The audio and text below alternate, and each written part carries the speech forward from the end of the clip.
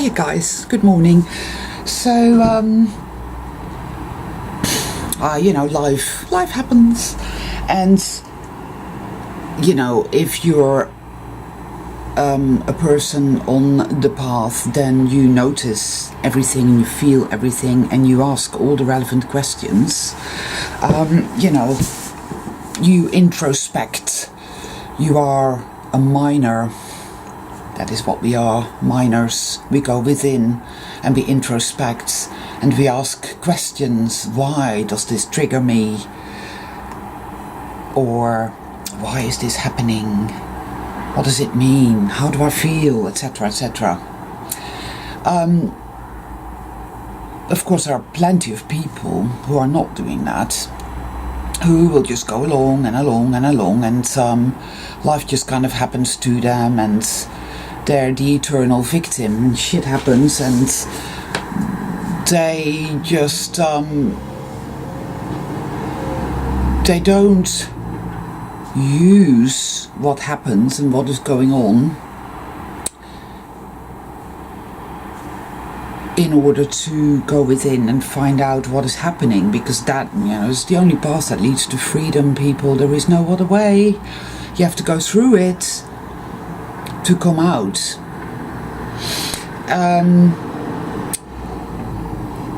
So anyway, when you get to the point where you realize that at the epicenter lies that self-hate. Now, a lot of people don't want to go there. They don't know anything about that. They've never been there. I find that you can't really move on with anything until you're ready to stop the denial and to allow yourself to be taken all the way to the epicenter of your being, to face the biggest, baddest demon within yourself. That is the truth. There is no moving on until you're ready to at least set a genuine, honest intention to stop denial and to foster that will to be freed, to foster the will to be healed, to foster the will to stop being a powerless victim, to foster the will to stop being so passive aggressive, to stop, being an apathetic, powerless fucking slave, because so many people claim to be on the spiritual path, but ultimately they're just really stagnating. They're just stagnant and nothing is really happening at all. That doesn't mean you're soulless. It means you have a mission, but it means that you're not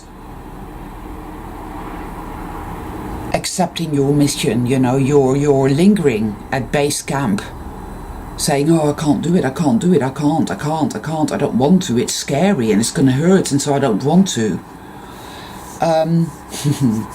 It's funny because I told you about my cat, who meows throughout the night, waking me up at all hours, well actually just keeping me awake really, wanting to be fed. And for a few days I was feeding him because I wanted him to shut up. And then it dawned on me, I thought, oh, stop, what am I doing here? What the fuck am I doing, Boundaries.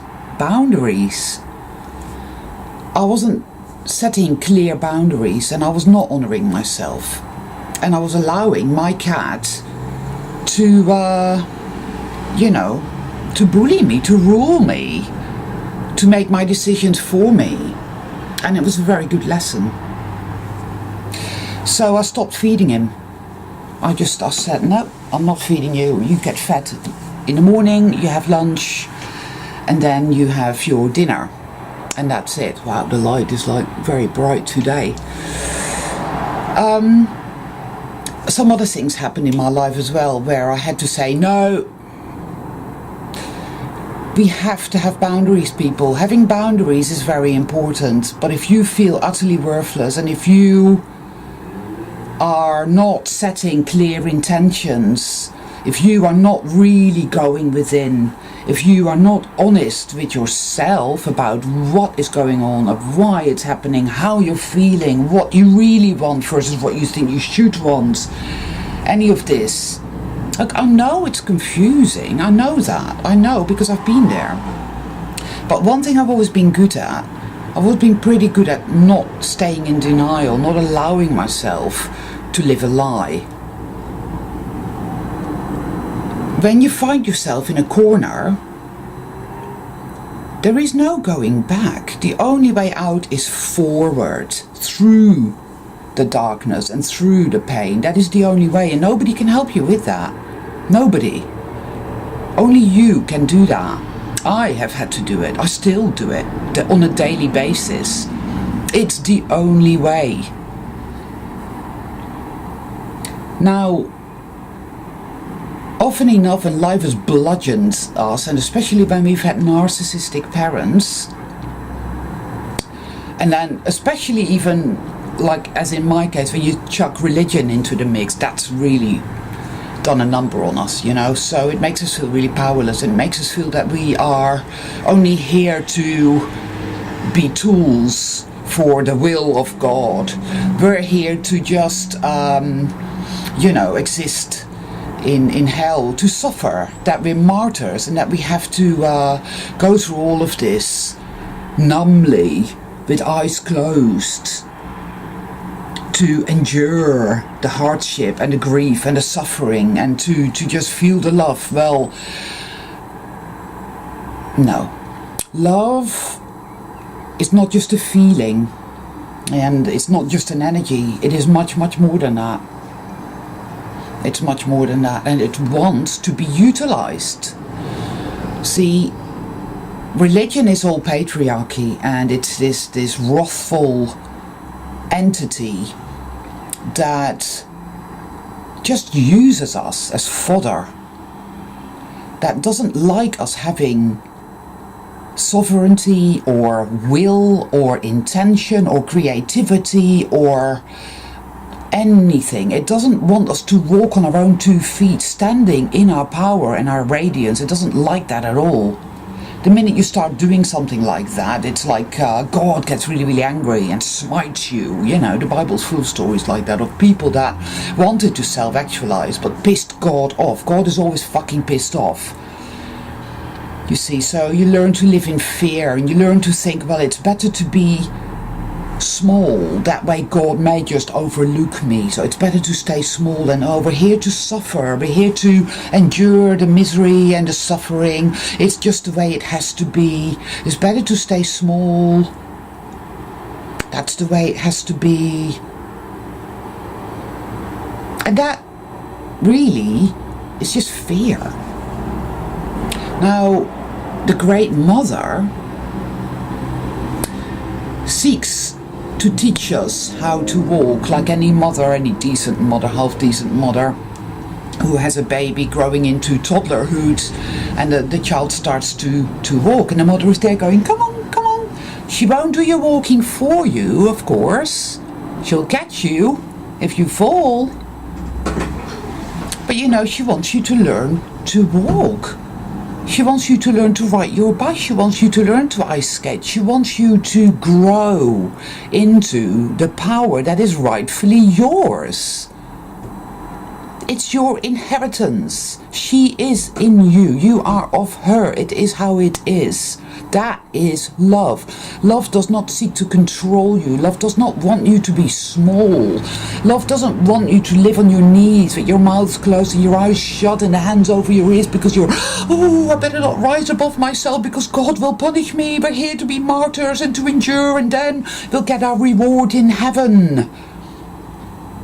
Evil's, you know, just here, and this world has always been this way and it will always be this way, and blah blah blah.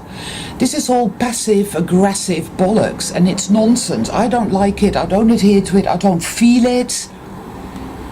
The only sense in which I feel it is as a disempowering, mind-numbing, soul-numbing energy that is not of the light in any way or shape or form. You know, it's designed to kneecap us. That is what Jehovah is all about. And the Archons, who are, for lack of a better understanding, Jehovah's minions, the virus, are actively employed as mind parasites to keep that shit going, to keep that story on the road. Do as you're told. Don't expect anything. No. Not my cup of tea at all. I mean, if that is what people want, and if that is how you feel your reality to be, then good luck with that, you know.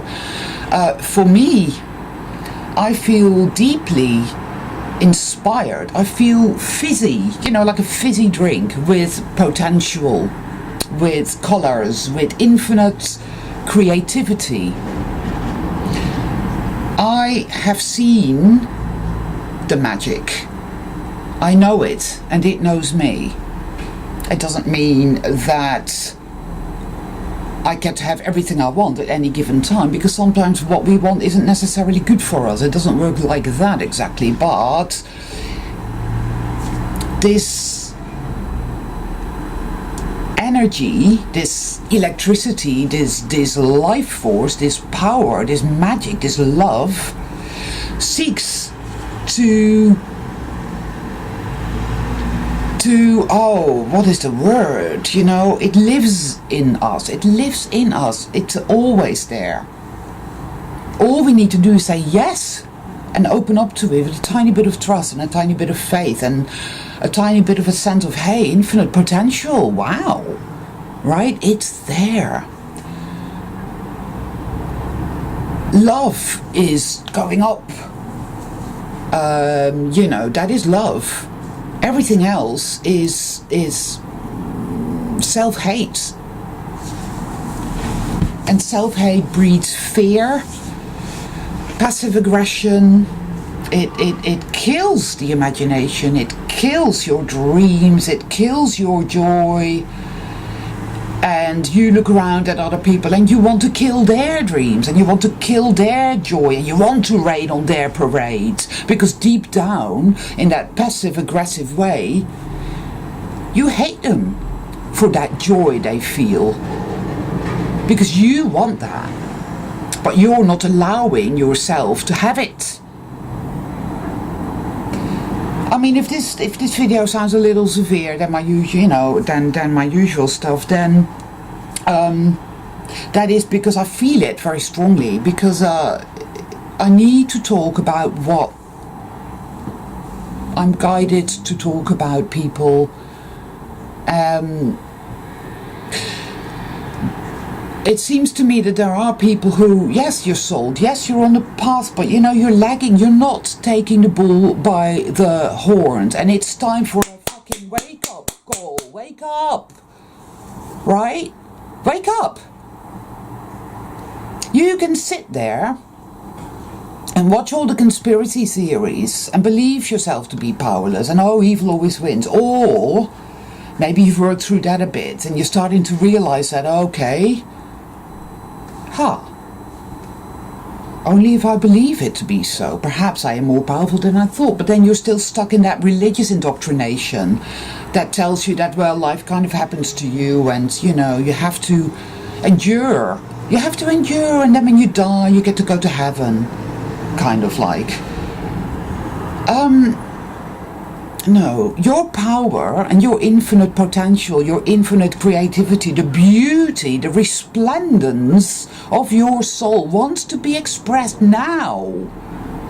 This reality isn't real.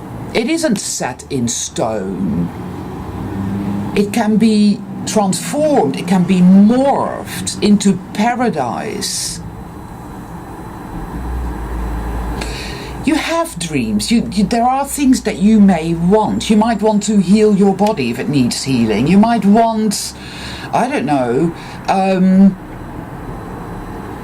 mean, I don't know what anybody wants, all right? And that's none of my business. I know what I want to create. Whatever it is you want, you release it. You know, you cast your bread upon the waters. You release that. You say, right.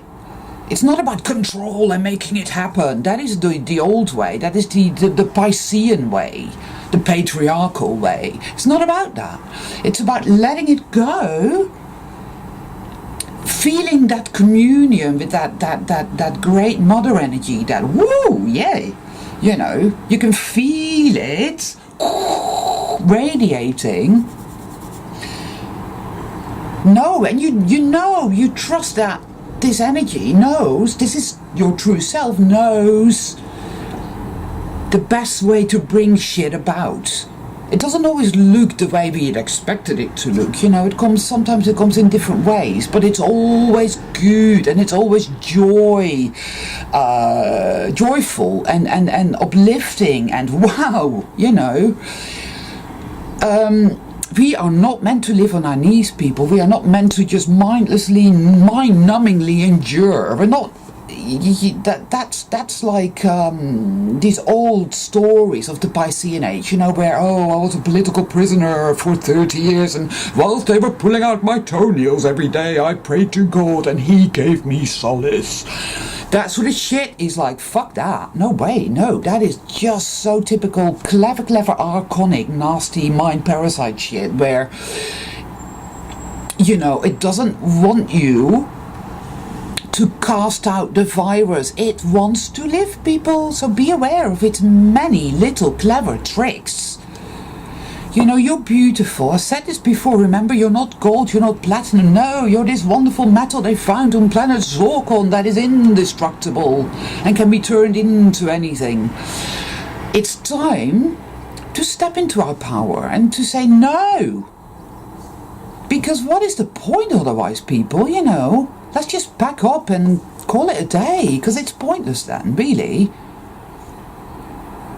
We do find ourselves in nightmares of our own making. I know this from personal experience. You know, we put up with shit we should not be putting up with. We give ourselves shit that we should not be putting up with, and then we expect other people to not do it to us. But if we don't treat ourselves with any kind of respect, we can't very well expect others to do so.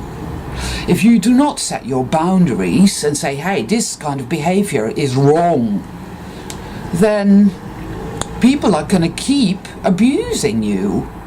That's the truth. If you keep abusing yourself, other people will keep abusing you. It's as simple as that, people. But of course, a lot of us have had narcissistic parents, and we've been gaslighters, you know, to a very high degree. And so we often do not know what's right, what's wrong, what, I don't know, I don't understand. We get confused, we get discombobulated. And there is always that nice bit of shame lying again at the epicenter of our being. You know, we've been humiliated, we've been shamed. That feeling that you get of being entirely, completely naked in front of hundreds of people looking at you like you're dirty, you're disgusting, you're bad. And that shame is another nasty, toxic little mechanism sat there, growing from the poison soil that is self-hate. It's good friends with fear. They're best buddies. Shame and fear are like, yay, let's go for a drink together, you know. All of this shit needs to be looked at, right? And again, we have to acknowledge it, feel it. Oh, it feels yuck. I know it does, people. I know it does, but you know, it's got to be done. Because one way or another, we deserve much better than to live on our knees, frightened, terrified, when there is such incredible potential within us. There is such potential. There are mountaintops to be reached, to be scaled.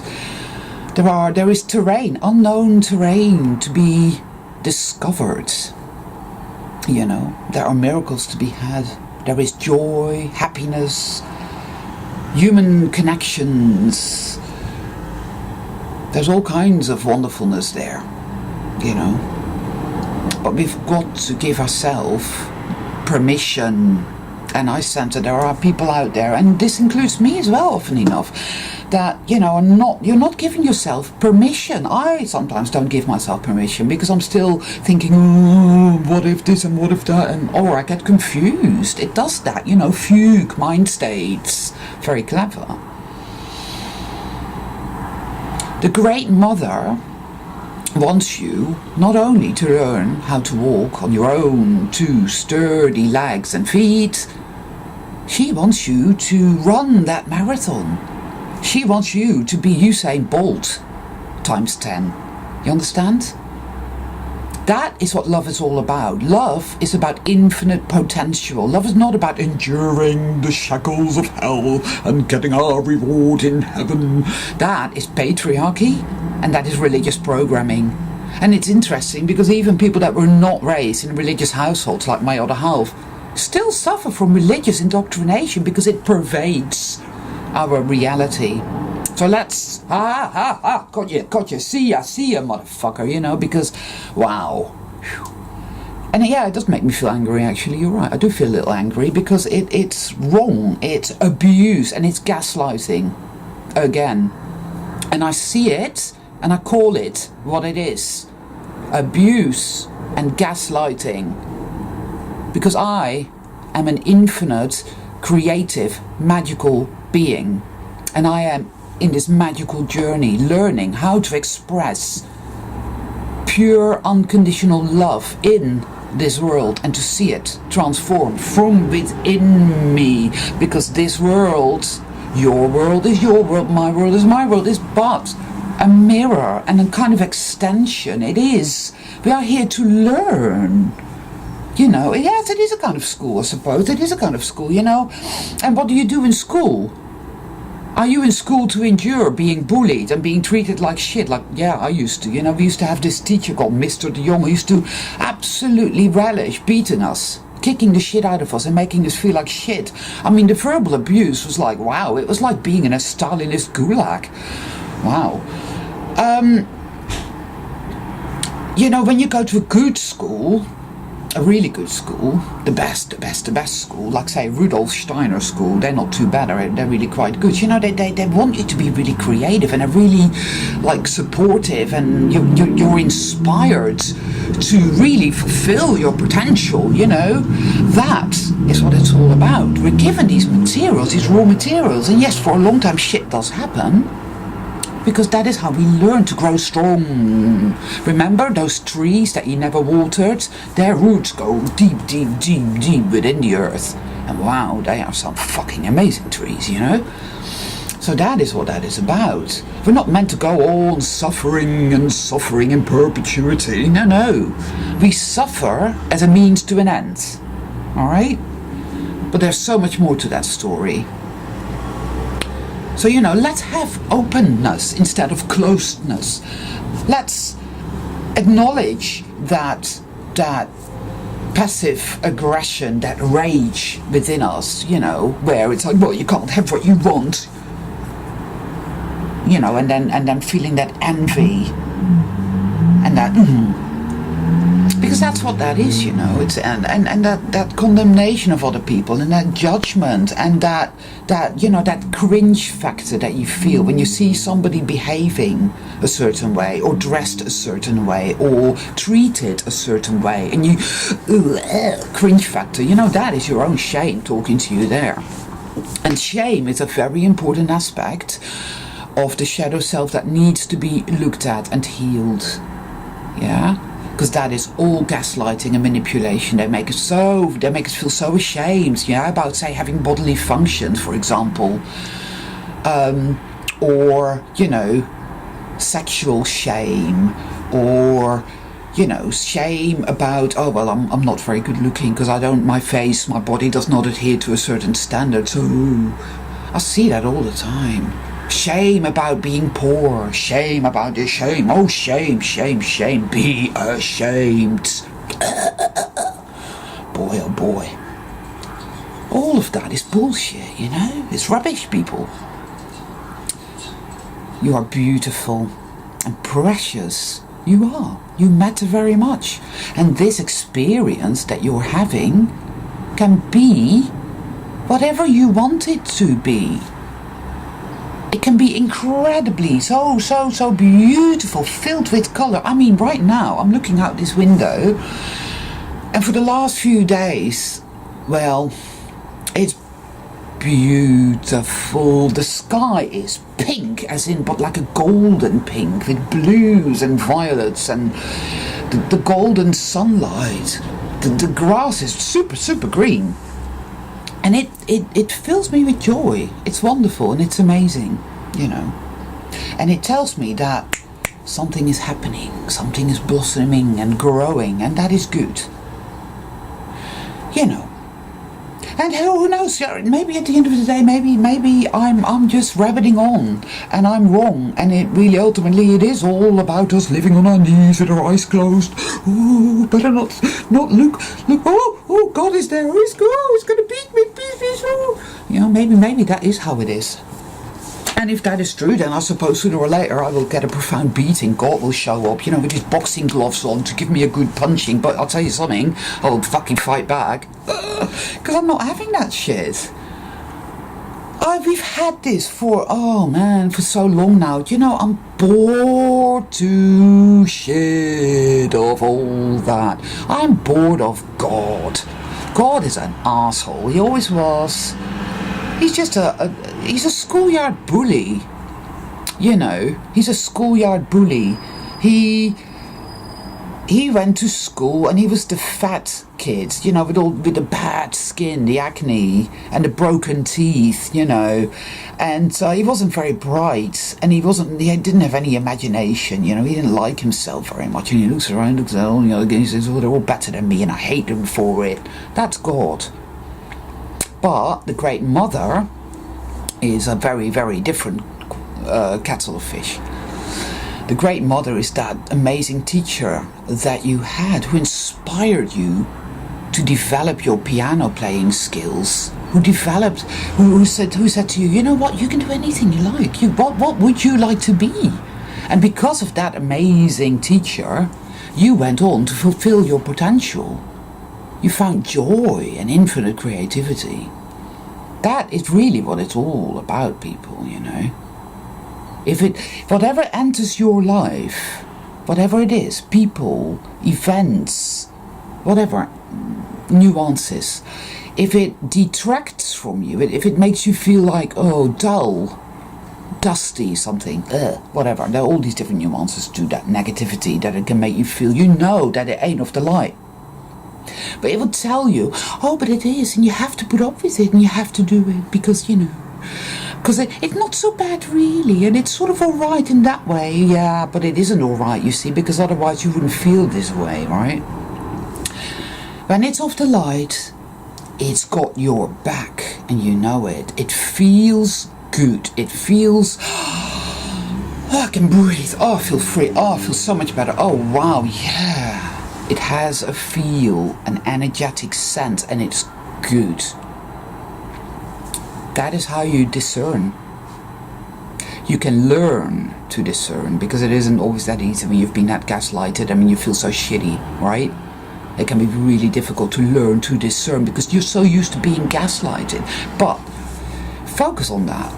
Play around with that and learn how to discern based on knowing that you are worthy, that you are precious, and that you deserve to blossom and to see magic and miracles of transformation, of healing, of soaring like an eagle, right? That's all for today, people. I love you all. Take care. Bye.